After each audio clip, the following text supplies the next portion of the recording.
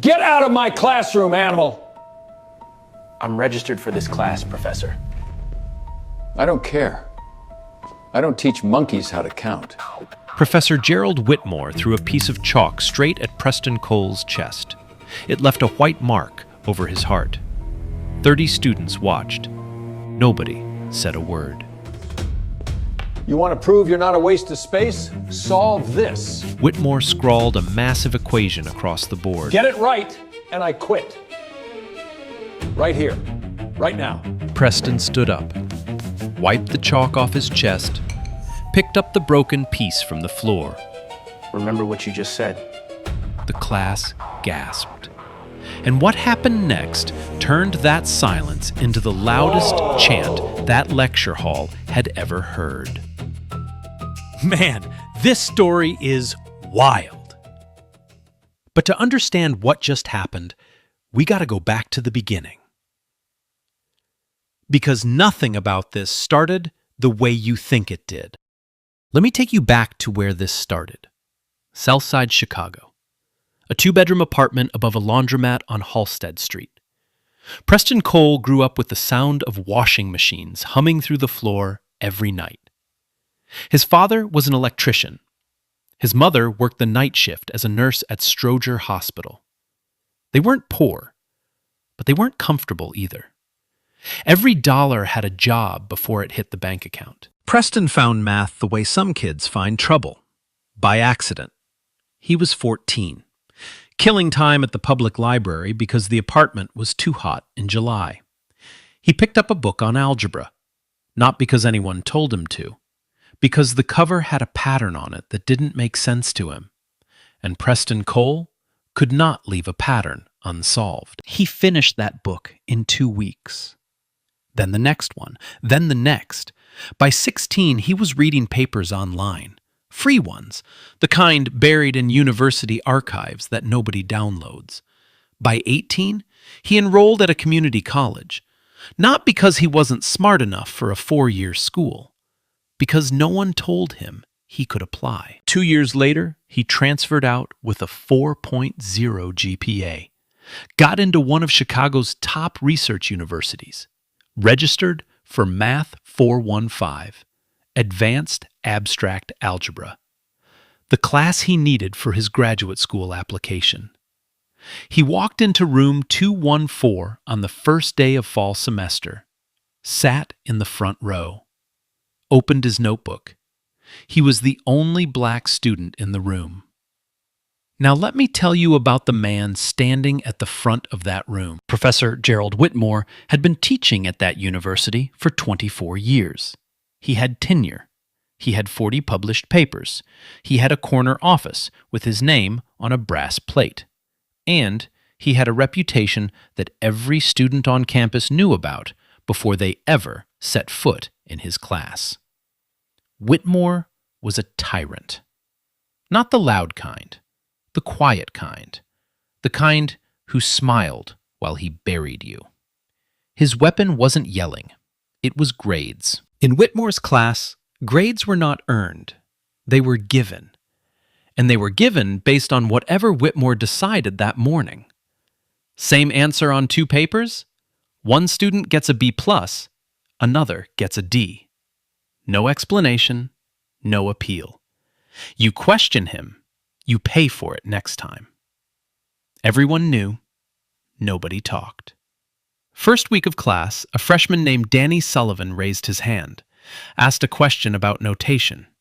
Simple question, honest question. Whitmore stared at him for 5 seconds, then said, loud enough for every seat to hear, "If you have to ask that, you shouldn't be in college." Danny Sullivan never raised his hand again, not once. For the rest of the semester, he sat in the back corner with his head down. A student who came in curious left that room, afraid to speak. Then there was Tyler Henderson, senior. Needed this class to graduate. Tyler did everything right. Showed up early, turned in every assignment, studied on weekends. He submitted a problem set that was correct. Every step. Every answer. But the format wasn't exactly what Whitmore wanted. Tyler got a D. He went to Whitmore's office, politely asked to review the grade. Whitmore leaned back in his chair and said, "Question my grading again, and I'll make sure you repeat this course." Tyler never said another word about it. That was the world of Room 214, a classroom where the professor held every student's future in his hands and squeezed whenever he felt like it. But with Preston, it was different. With Preston, it was personal. Whitmore never called on him when his hand was up, ever. He'd look right past Preston like the seat was empty. But the moment Preston put his hand down, that's when Whitmore pounced. He'd fire a question at Preston without warning. When Preston answered correctly, and he always answered correctly, Whitmore would say nothing, just move on. No acknowledgement, no nod, nothing. But when Preston hesitated, when he paused for even 2 seconds to think, Whitmore would tilt his head and say, "This is what happens when standards are lowered for the sake of diversity." He said it like he was commenting on the weather, casual, matter of fact, and every single student heard it. And every single student looked away. Preston never reacted. He'd close his notebook, sit back, and stare straight ahead until the next question came. But one afternoon, sitting in the back of the library, he pulled out a research paper and started reading. Not for class, not for homework. Something else entirely. He bookmarked a page, wrote a note in the margin, and if anyone had looked over his shoulder, they would have seen the name on that paper, Gerald Whitmore. 5 weeks in. That's how long Preston lasted before everything changed. It was a Tuesday, overcast, the kind of Chicago morning where the sky looks like concrete. Preston walked into room 214 at 8:55. Same seat, front row, notebook open, pen ready. Whitmore was already at the board. He was writing a proof, something about symmetric groups and permutation structures. Group theory, the kind of math that separates students who memorize from students who understand. Whitmore wrote fast, chalk tapping the board like a heartbeat. He filled the left side, moved to the center, kept going. When he finished, he stepped back and admired his own work the way a painter admires a portrait. "This mapping," he said, tapping line 3, "preserves the group operation across all subgroup structures." He turned to the class, scanned the room, 30 faces staring back. His eyes passed over Preston's raised hand like it wasn't there. "Can anyone explain why?" Silence. Then Whitmore smiled. That smile, the one that meant someone was about to have a bad morning. "Mr. Cole." Preston's hand was already down. He'd given up raising it weeks ago. "Since you insist on sitting in the front row of my class, surely you have something useful to contribute." Whitmore crossed his arms. "Or is community college algebra the ceiling for you?" A few students shifted in their seats. Danny Sullivan stared at his desk. Tyler Henderson gripped his pen. Preston stood up. "The mapping you described preserves the operation when the subgroup is abelian. But for non-abelian cases, the structure doesn't, I didn't ask for a lecture." Whitmore's voice cut like glass. "Sit down. Clearly, transfer students need to learn when to stop talking." Preston didn't sit down. And that was the moment room 214 changed. "Professor." Preston's voice was steady, quiet, but every syllable carried. "I wasn't finished. And there's something wrong with your proof on the board."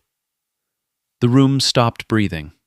In 24 years, no student had ever said those words to Gerald Whitmore. Not in a lecture, not in office hours, not in an email. No one had ever stood in front of that man in his own classroom and told him he was wrong. Whitmore's face went red. He took a step toward Preston, then another, close enough that Preston could smell the coffee on his breath. "Excuse me? You're telling me, that there's an error?" "Yes, sir." Preston pointed at the board. "Line 3. The mapping doesn't hold for non-abelian subgroups. There's a specific counterexample." Whitmore stared at him. Then he grabbed a piece of chalk from the ledge and threw it at Preston's chest. Hard. It bounced off and left a white streak right over his heart. Nobody moved. Whitmore turned to the board. He wrote a new equation. Bigger. Longer. The kind of problem that graduate students struggled with. The kind that didn't show up in any undergraduate textbook. He turned back around. "You think you're smarter than me? You think you're smarter than everyone in this room?" His voice filled every corner of room 214. "Fine. Solve this. Get it right, and I quit. Right here, right now, in front of everyone."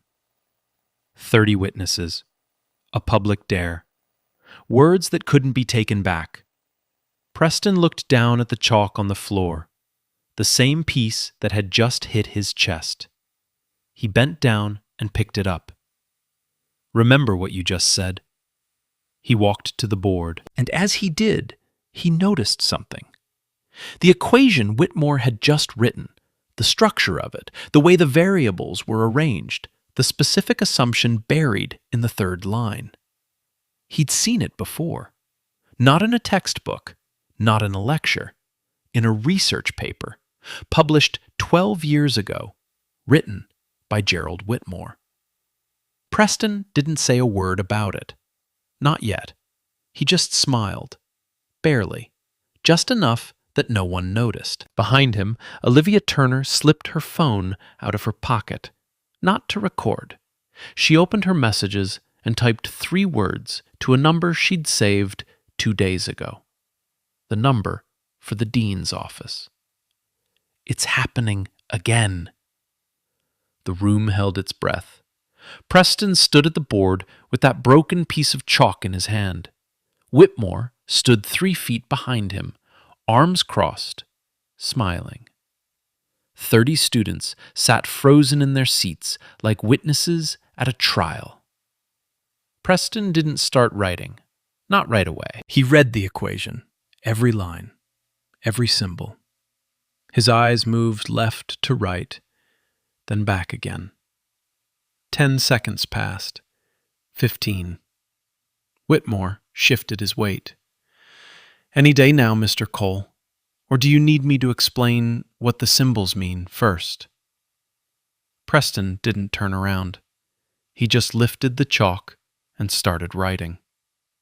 But he didn't write what anyone expected. Instead of solving the equation the standard way, the way it was taught in every textbook, the way Whitmore had drilled into his students for 24 years, Preston did something different.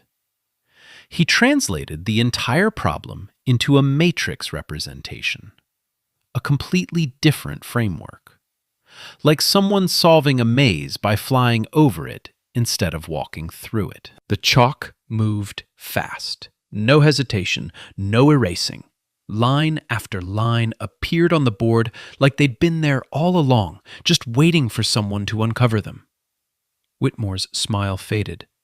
Just slightly. This wasn't what he expected. This wasn't the approach he prepared for. A student in the second row leaned forward, then another. Olivia Turner tilted her head, following the logic on the board the way you follow a song you almost recognize. Preston filled the right side of the board. Then he stopped. He drew a horizontal line underneath his work, and below it he wrote a single sentence. This problem contains an implicit assumption about commutativity. Without stating it, the solution branches into 2 cases. He turned around and looked at Whitmore. Professor, your equation assumes that the operation is commutative at step 3. But you haven't proven that. For this specific algebraic structure, commutativity doesn't hold in every case. Whitmore didn't respond. That means there are 2 valid paths, not 1. Preston turned back to the board. He split the remaining space into 2 columns. Left column, he wrote Case 1 at the top. Right column, Case 2. Then he solved both. Case 1 produced the answer Whitmore expected. The textbook answer. The correct answer. Preston wrote it clean and circled it. Case 2 produced something completely different. A second, valid solution that existed because the assumption Whitmore took for granted was exactly that, an assumption, not a fact. Preston circled that answer too. 2 answers, both correct, both proven. Because the foundation of the original equation had a crack that nobody in 24 years had bothered to look for. Then Preston did something that made the room go cold. He walked back to Whitmore's original equation, the one still written on the left side of the board from the beginning of class. He drew a circle around line 3, and next to it, in small, precise letters, he wrote, "Assumes abelian structure without proof." He set the chalk on the ledge, not dropped, set, gently. Then he turned around. Both solutions are valid, Professor. Your equation has a gap. He paused. And I solved it anyway. 5 seconds of silence. The kind of silence that has weight. The kind you can feel pressing against your chest. Olivia Turner covered her mouth with her hand. Her eyes were wide. Not shock. Recognition.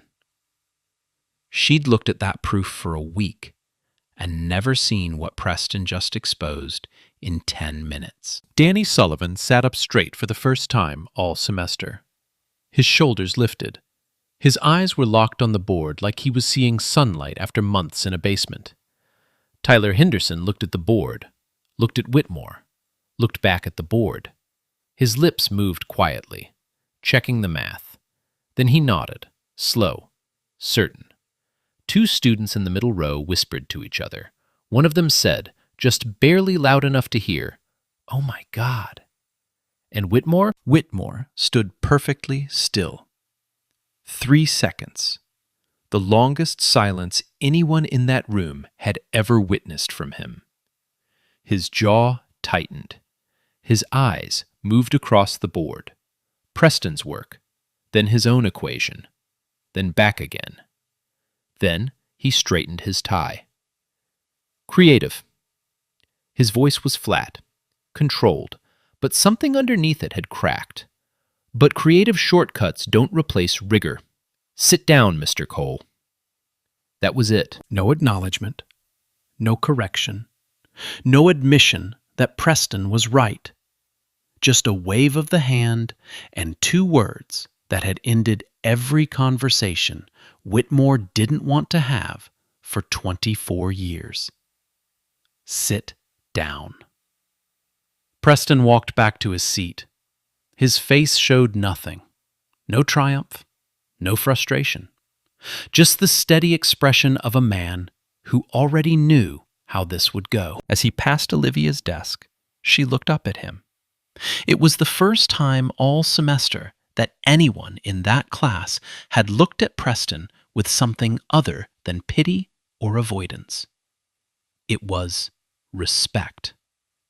Preston sat down, opened his notebook, wrote something in the margin, same page as before, same paper he'd been reading in the library.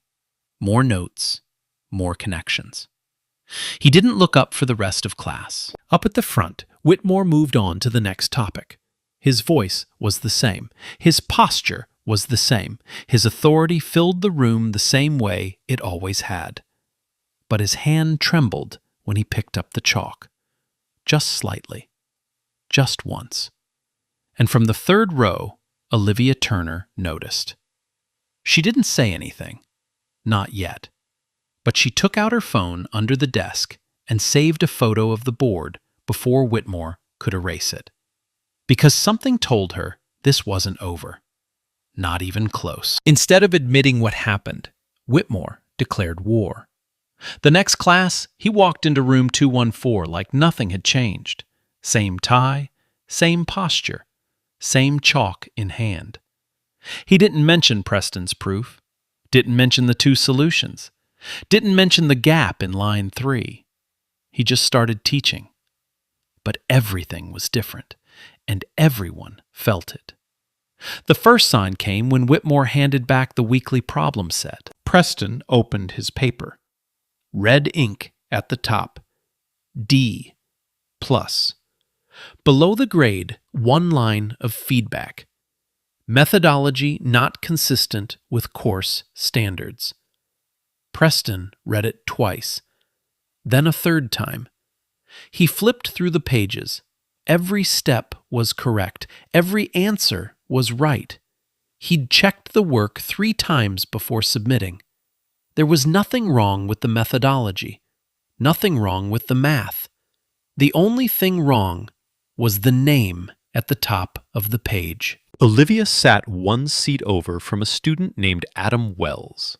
She glanced at his paper. B+. She looked closer. His approach was nearly identical to Preston's. Same structure, same logic, same answers. 2 letter grades apart. She leaned toward Preston after class. "This isn't grading," she whispered. "This is punishment." Preston folded the paper in half, slipped it into his bag. "I know." He didn't file a complaint, didn't argue, didn't go to Whitmore's office. He just showed up to the next class. Same seat, front row, notebook open. And Whitmore made him pay for it. Every single class became a trial. Whitmore called on Preston at least 3 times per session, not with normal questions, with questions designed to break him. Topics that hadn't been covered yet, theorems from chapters they wouldn't reach for weeks, material so obscure it barely appeared in the textbook's appendix. When Preston answered correctly, and he almost always answered correctly, Whitmore said nothing, moved on. No nod, no acknowledgement, like the answer had come from an empty chair. But when Preston paused, when he took even 2 seconds to collect his thoughts before speaking, Whitmore would tilt his head and say something like, "Perhaps this program isn't the right fit for everyone." Or, "Some students are simply promoted beyond their abilities." Or, and this one he saved for a Tuesday when the room was especially quiet, "Affirmative action can get you through the door. It can't get you through the exam." He said it looking directly at Preston, then moved on like he'd announced the weather. And it wasn't just Preston anymore. Whitmore's anger spilled over onto the entire class, like a fire that started in one corner and spread to every wall. Danny Sullivan got called to the board the following week.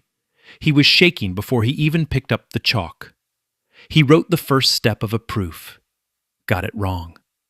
Whitmore didn't wait. "Get out! Come back when you can do basic arithmetic."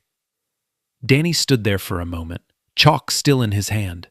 Then he put it down, packed his bag, and walked out of room 214 without looking at anyone. Nobody stopped him. Nobody said a word. Tyler Henderson submitted his next assignment. Clean work, correct answers, clear handwriting.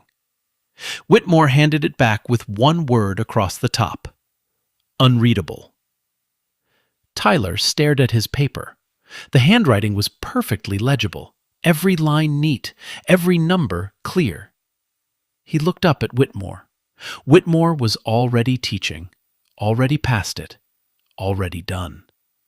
Tyler put the paper in his bag and didn't speak for the rest of the week. That was room 214 now. A place where asking a question could end your semester. Where correct answers got D's. Where the professor punished the whole class because one student had the nerve to be right. And still, nobody said anything. Because Whitmore held their grades, and grades held their futures. And everyone in that room had something to lose. Everyone, except one person who had already lost everything Whitmore could take. 3 nights after Danny got kicked out of class, Olivia sent a message. Not to Preston, to the Dean of Mathematics, anonymous. She described what she'd seen, the grading, the insults, the chalk, all of it. 2 days later, she got a response. Short, professional. Thank you for your concern. Anonymous reports are noted, but formal action requires direct, verifiable evidence. We encourage you to follow up through official channels. Olivia stared at the screen. Direct, verifiable evidence. That meant someone with authority had to see it happen. In person. With their own eyes.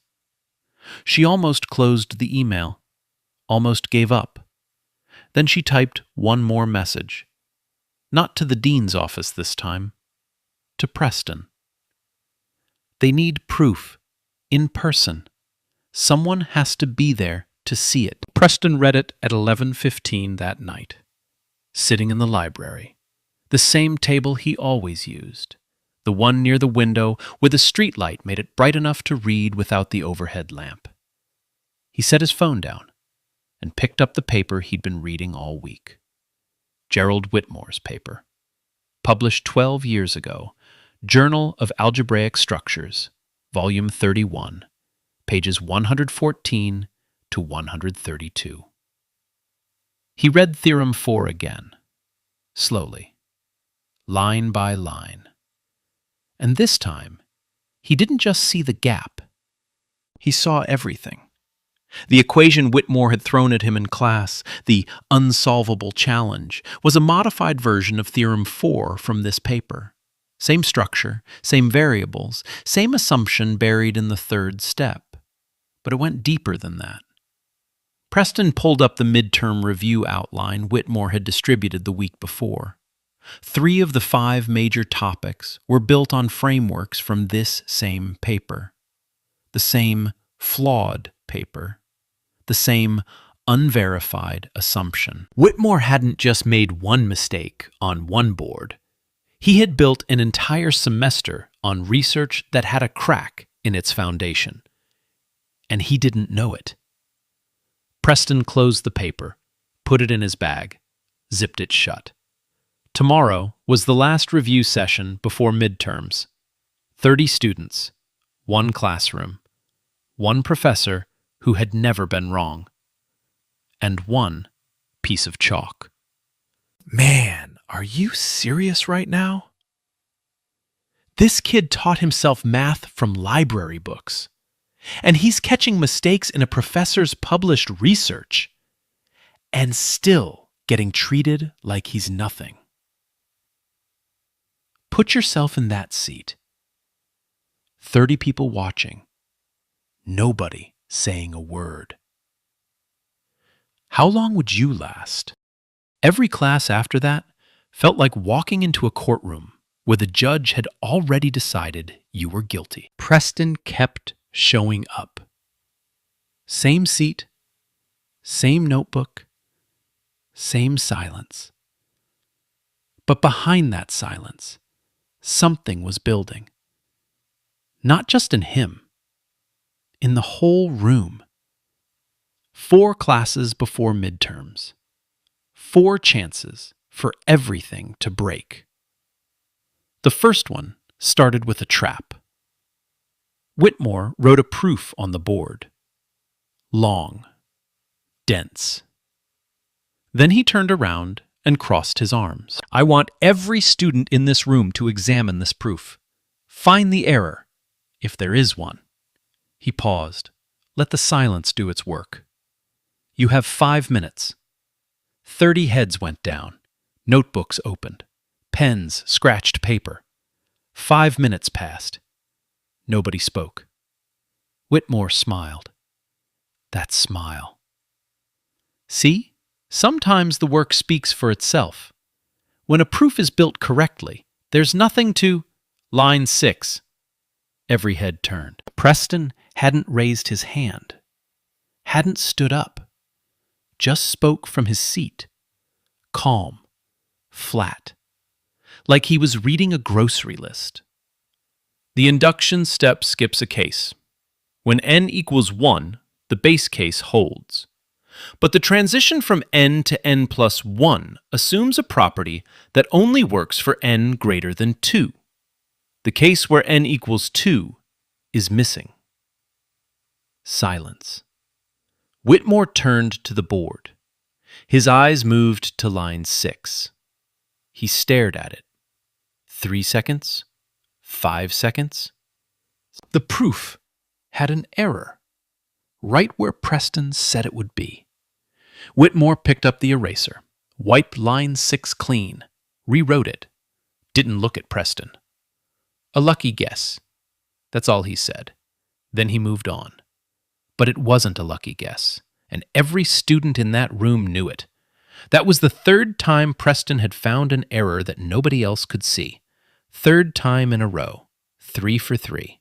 And Whitmore still couldn't say his name without making it sound like an insult. The second class was the one that nearly broke Preston.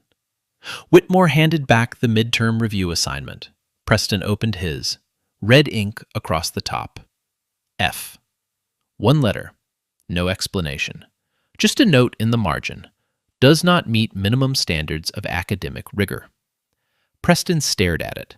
He had checked this assignment 3 times before submitting, triple-checked every proof, verified every step. He could defend every line on that paper in front of any mathematician in the country. Olivia looked over. She'd seen enough of Preston's work by now to know what an A looked like coming from his hand. Preston, she kept her voice low, I wrote a worse paper than that and got a B. Preston folded the paper. Once, twice, slid it into his bag. He's not grading my math. Preston's voice was quiet, tired, not angry, just drained. He's grading my skin. He said it like a fact, because by now, that's what it was. The 3rd class was the one where everything started to shift. Whitmore called Danny Sullivan to the board. Danny, who hadn't spoken in class since getting kicked out 3 weeks earlier. Danny, whose hands started shaking the moment Whitmore said his name. He walked to the board like a man walking to the edge of a cliff. Picked up the chalk. Started writing. His first step was wrong. Not completely wrong. He'd just switched 2 operations. An easy fix. A 1-second correction. But Whitmore didn't give him that second. This is embarrassing.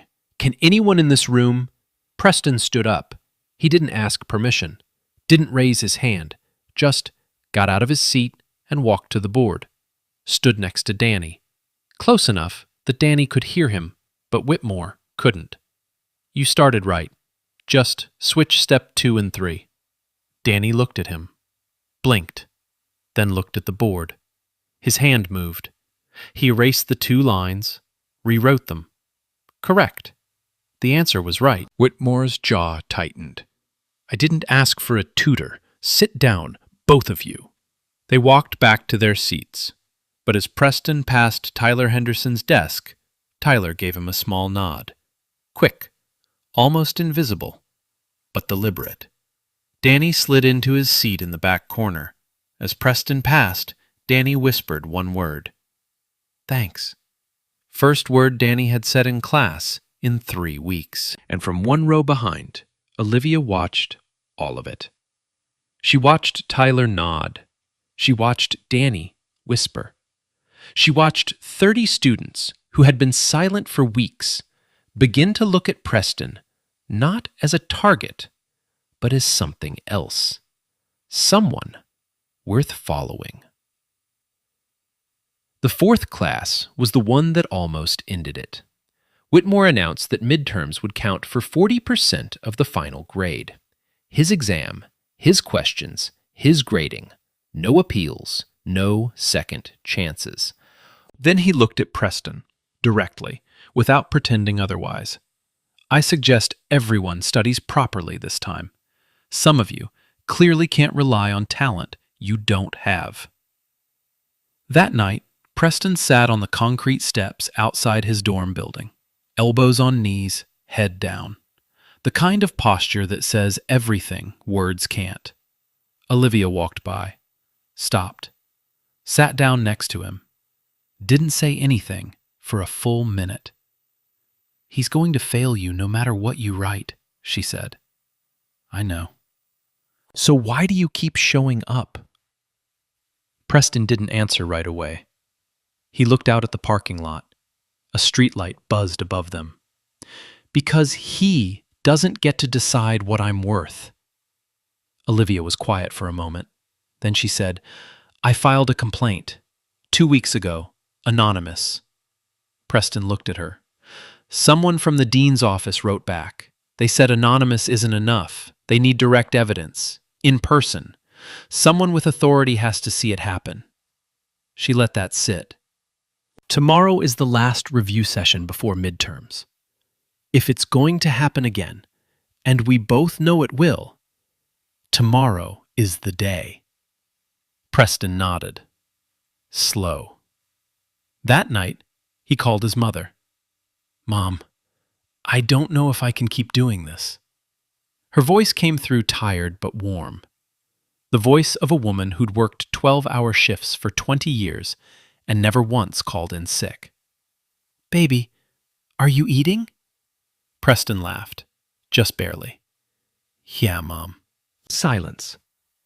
The kind that sits between people who love each other and don't need to fill every second with sound. "They don't think I belong here." His mother's response came without hesitation, without doubt. "Since when do you need anyone's permission to be who you are?" Preston didn't answer, but the next morning he got up early, went to the library, opened his bag, pulled out Gerald Whitmore's paper, Journal of Algebraic Structures, Volume 31, Theorem 4. He read it one more time, cover to cover, made his final notes, highlighted the exact line, wrote down the journal name, the year, and the page number in blue ink on a separate piece of paper. Then he folded it, put it in his front pocket, and walked to room 214. The night before the last review session, Preston sat alone in the library until midnight. He wasn't studying for midterms. He was staring at a research paper he'd already read 11 times. Gerald Whitmore, Journal of Algebraic Structures, Volume 31, published 12 years ago, cited over 30 times by other researchers around the world. Theorem 4, page 12. Preston had found the gap weeks ago. The unverified assumption about commutativity. The same gap he'd called out on the board. But tonight, he saw something bigger, something that changed everything. He pulled up the midterm review outline Whitmore had handed out last week. 5 topics, 5 major sections the exam would cover. Preston laid the outline next to the paper, side by side. Topic 1. Built on a framework from Section 3 of Whitmore's paper. Topic 3. A direct application of Theorem 4. Topic 5. An extension of the same flawed assumption. 3 out of 5. Preston leaned back in his chair, stared at the ceiling. This wasn't about one equation on one board. Whitmore had built half the semester on his own published research, and that research had a crack running through it that nobody, not the journal reviewers, not the 30-plus researchers who cited it, not Whitmore himself, had ever caught. which meant half the midterm was built on a broken foundation. Preston had two choices. He could stay quiet, solve the midterm the standard way, use the flawed assumption like everyone else, get the correct answers, pass the class, move on. Or he could tell the truth. Not privately, not in an email, not in office hours, in front of 30 students, in front of a man who had spent 24 years never being wrong. He could expose the flaw publicly and bring the whole thing down. One option was safe. The other was a bomb. His phone buzzed. 11 p.m. A text from Olivia. Heard something from the dean's office. Someone from administration will be near our classroom tomorrow. Don't know who. Preston read it twice. Tomorrow. 30 students. The last review session. Whitmore at the board. And somewhere nearby, someone with the authority to do what anonymous complaints couldn't. He looked at the paper, looked at his phone, looked at the folded piece of paper in his bag with the journal name, the year, and the page number written in blue ink. He zipped his bag shut. Tomorrow. This is where it all comes down to. Preston walked into room 214 at 8:50, bag heavier than usual. The paper was inside. The room was full. Danny in the back corner, Tyler in row 3, Olivia next to Preston.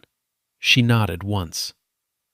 Outside, in the hallway, Dean Eleanor Brooks stood next to the small window on the classroom door, folder in hand. She could see the board. She could see everything. Nobody inside knew she was there. Whitmore started at 9. He wrote a long proof across the board. When he finished, he tapped the board twice. This is the final review before midterms. This is what separates real mathematicians from pretenders. His eyes found Preston. Mr. Cole, no brave words today?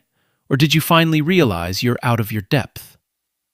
Preston stood up, walked to the board, started writing. But he didn't follow the standard approach. He went the direction that led straight to the flaw in Whitmore's paper. 4 lines in. Whitmore saw it. Stop!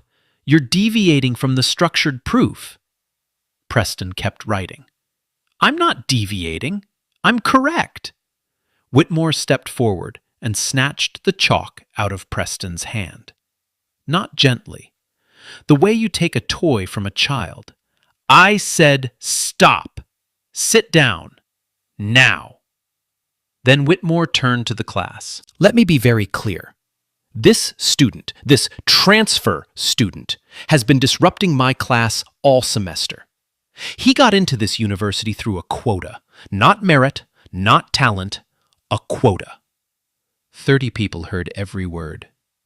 He cannot follow instructions. He cannot respect authority. And he certainly cannot do mathematics at this level. Danny stared at his desk so hard his eyes watered. Tyler gripped his chair. Olivia's eyes turned red. Nobody spoke. 24 years of silence held that room like a cage. Preston stood at the board, hands empty, chalk taken, voice taken. He looked down at his shirt. The white streak from the first day was still there. He'd never washed it out. He could walk back to his seat, sit down, accept it. Nobody would blame him. That's how it always worked in room 214. His hands dropped, his shoulders fell. For the first time all semester, Preston Cole looked ready to give up. Then he heard it. A scrape of something sliding across wood. Danny Sullivan, the kid who hadn't spoken in weeks, who got kicked out for asking a question, pushed a piece of chalk across his desk toward the aisle. He didn't say a word, just pushed the chalk. Tyler Henderson stood up, walked to the supply box at the front table, took out a piece of chalk, set it on the desk closest to Preston. Then Olivia stood up. She bent down and picked up something from the floor near her seat, a small piece of chalk. Broken. The same piece Whitmore had thrown at Preston's chest weeks ago. It had rolled under her desk that day. She'd never thrown it away. She walked to Preston, took his hand, placed the chalk in his palm, closed his fingers around it. 3 pieces of chalk from 3 students who had spent an entire semester too afraid to breathe. Preston looked at Danny. Danny's head was down, but his hand was shaking, not from fear this time. Preston looked at Tyler. One nod. Certain. Preston looked at Olivia, eyes red but steady. "Finish it," she said. He tightened his grip on the chalk, the one that had hit his chest, the one that left a mark over his heart, and turned back to the board. Preston turned back to the board, and this time nobody was going to stop him. Whitmore stepped forward. "I said sit!" "No." One word. But it hit the room like a thunderclap. Preston didn't raise his voice, didn't turn around. He just said it and started writing. Whitmore opened his mouth, closed it. That no wasn't angry. It wasn't defiant. It was final. Preston drew a vertical line down the center of the board. Left side, standard approach. Right side, corrected approach. Then he filled both columns, side by side, line by line. The chalk moved fast, steady, no hesitation, no erasing. The only sound in room 214 was chalk on slate. Both columns grew, identical for the first 3 steps. Then they split. Preston stopped at line 4 on the left column, drew a circle around it. "Here," he tapped the circle. "This is where it breaks." He faced the room. The standard approach assumes the operation is commutative at this step. Every textbook makes this assumption. Every student in this room has been taught to make it. He pointed to the right column. But for this structure, commutativity hasn't been proven. It's been assumed. And assumptions aren't math. Below both columns, he wrote a counterexample. 3 lines. Simple, specific. Plug this in. Check it yourself. The property doesn't hold. Olivia checked. Nodded. Tyler checked. Nodded. The whisper spread row by row like a wave. Then Preston reached into his bag, pulled out a stack of papers, stapled, highlighted, dog-eared at page 12. He held it up. This assumption doesn't come from the textbook. He read the title aloud, the journal name, the year, the author. Gerald Whitmore, Journal of Algebraic Structures, Volume 31, published 12 years ago. The room went so quiet you could hear the fluorescent lights buzzing. Theorem 4, page 12. This assumption appears in your published research, Professor. It has been cited over 30 times, and it is incomplete. Whitmore's face drained white. You didn't just make an error on one problem. You built half this course on a foundation with a crack in it. Preston turned back to the right column, completed the final 4 lines, the corrected proof. Every step clean, every transition justified, the kind of solution that doesn't just solve a problem, it makes the problem look simple. He set the chalk down on the ledge, gently.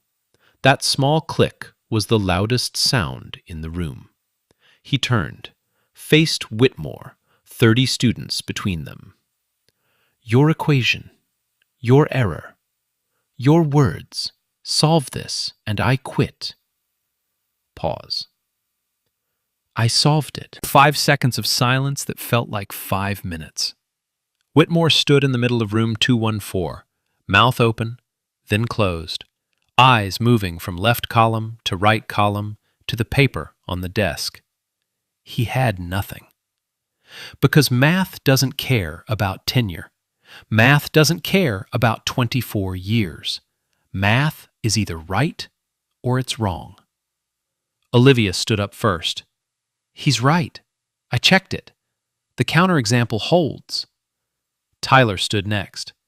I checked it too. Then row 4, then row 2, then 3 more in the back. Danny Sullivan rose from his corner seat. Slowly. He didn't say a word, just stood, hands at his sides. Someone in the middle said it first. You said you'd quit. Then someone else. Quit. Olivia. Quit. Tyler. Quit. Danny opened his mouth, first word in over a month. Quit. One by one, then together, 30 voices that had been locked in silence all semester. Quit. Quit. Quit. Quit. The sound filled room 214, bounced off the walls, spilled into the hallway, where Dean Eleanor Brooks had been standing for 15 minutes. She opened the door. The chanting stopped. Brooks walked straight to the board, read both columns, picked up the paper, read Theorem 4. 10 seconds. Mr. Cole's proof is correct. The assumption in the referenced paper is incomplete. She turned to Whitmore.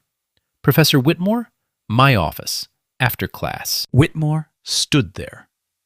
30 students on their feet, a dean at the door, a proof on the board that couldn't be erased. And for the first time in 24 years, Gerald Whitmore had no answer. What happened after that class was something nobody expected, least of all Whitmore. Dean Brooks walked him out of room 214 that morning. 30 students stood and watched until the door closed behind them. Nobody sat down for a long time. By the end of that week, the dominoes started falling. Brooks launched a formal investigation, not just into what happened in the classroom, into everything. 3 years of grading records, every assignment, every exam, every score Gerald Whitmore had ever entered into the system. The pattern was obvious once someone finally looked. Minority students in Whitmore's classes received consistently lower grades than their peers for work of equal or superior quality. Not by a little, by full letter grades, semester after semester, year after year. It wasn't a bad day. It wasn't a tough grader. It was a system, and it had been running for years under a name no one dared to question. The paper was next. The university contacted the Journal of Algebraic Structures. Whitmore was required to submit a formal erratum, a published correction acknowledging the flaw in Theorem 4. 12 years, 30-plus citations. Every study that relied on that assumption would need to be reviewed. His name would be on the correction. Permanently. For every researcher in the world to see. Then came the part no one saw coming. Tyler Henderson wrote an email to Dean Brooks that Friday afternoon. He didn't write it for himself. If Preston Cole's grades were manipulated, please check mine too. And Danny Sullivan's.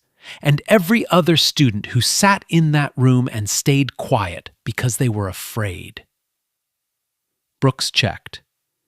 11 students in that semester alone had grades that didn't match the quality of their work. 11. All corrected within 2 weeks. Preston's F became an A. His D+ became an A-. Every score Whitmore had used as a weapon was taken apart and rebuilt on actual merit. Whitmore wasn't fired. Tenure made that complicated. But he was suspended from teaching, removed from every academic committee, and barred from advising students. His corner office stayed. His brass nameplate stayed. But room 214 got a new professor the following Monday. 24 years of reputation. Gone in 15 minutes. Preston got the email about his grade correction on a Tuesday evening. Sitting in the library, same table, same window, same streetlight. He opened it, read it again. Then he closed his laptop, leaned back, and just breathed. No celebration, no fist pump, no phone call. Just a long, slow exhale from a man who had been holding his breath for an entire semester.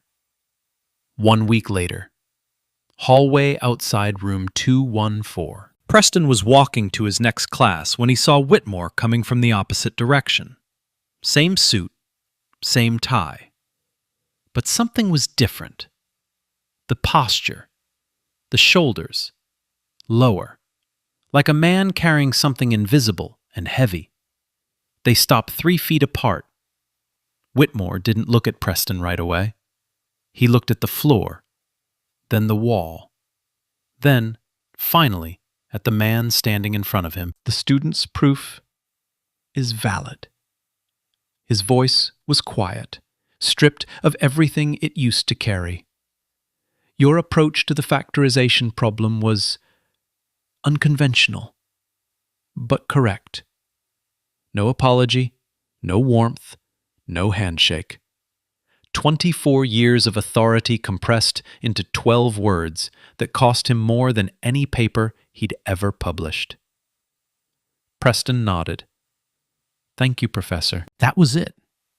No victory speech, no lecture about justice, just 2 words and a nod from a man who didn't need Gerald Whitmore to tell him what he already knew. Preston walked away. Whitmore stood in that hallway alone. 2 weeks later, Preston opened an envelope at his kitchen table. Acceptance letter. Graduate program in mathematics. An Ivy League university. Full scholarship. The recommendation letter attached was signed by Dean Eleanor Brooks. He met with her one last time before the semester ended. Her office was warm, books everywhere. A framed photo on the wall, a young black woman in a graduation gown from the 1980s. Brooks, 30 years ago. I'm not going to give you a speech, she said. You've heard enough speeches. Preston smiled, but I will tell you this. 30 years ago, I stood exactly where you stood. Different room, different professor, same silence. Nobody handed me a thing. She leaned forward. Go make them uncomfortable. Preston laughed. First real laugh in months. The next day, Olivia found him in the cafeteria. Danny and Tyler were with her. Danny was talking. Full sentences. Eye contact. Something had come back to life in that kid since the day he pushed a piece of chalk across his desk. You know what you did, right? Danny said. Preston shook his head. I just solved a math problem. Nah, Danny smiled. You made it okay to stand up. Tyler nodded. Olivia didn't say anything. She just sat down across from Preston and opened her notebook. Back to studying. Back to normal. But a different kind of normal. The kind where people aren't afraid anymore.